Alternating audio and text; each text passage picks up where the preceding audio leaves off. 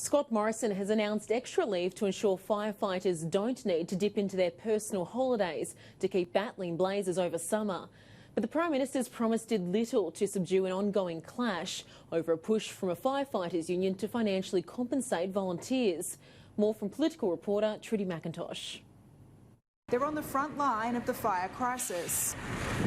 Tens of thousands of volunteer firefighters across the country not paid for their efforts, and the New South Wales Rural Fire Commissioner says they don't want to be. Volunteers don't want payment. It doesn't make them volunteers, and they've given me that message loud and clear. But the president of the state's Volunteer Firefighters Association is demanding action. It's going to start impacting on their own welfare in terms of just those everyday expenses. Mick Hulton revealing some firefighters have been forced to crowdfund for protective equipment. And if volunteers are raising concerns, saying that they believe the respiratory protection they're given isn't adequate, well, we at least should listen to them. And he's calling for reimbursement relief when it comes to the financial cost of fighting fires. I've heard of people driving 3 hours a day in a private vehicle to meet up with a strike team.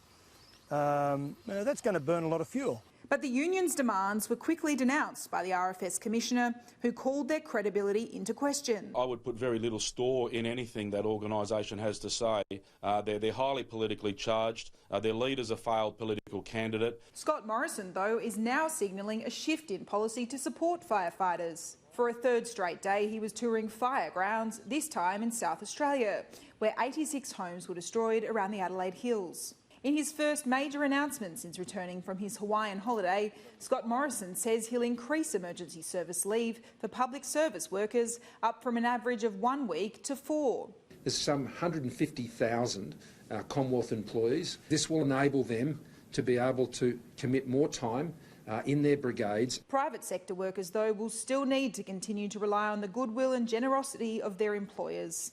One of my other deputies, if he does this, he's taking his own leave or he's not getting paid. An issue Anthony Albanese heard about firsthand in the New South Wales fire-affected Blue Mountains. People can't sustain themselves for months. As he continued Labor's campaign for the government to provide more money into the pockets of volunteers. I've spoken to the volunteer firefighters and there's not one of them that I've spoken to who hasn't said that some form of compensation is required. Not one. Christmas Eve and the politicking around the fire feud shows no signs of dying down. Trudy McIntosh, Sky News, Canberra.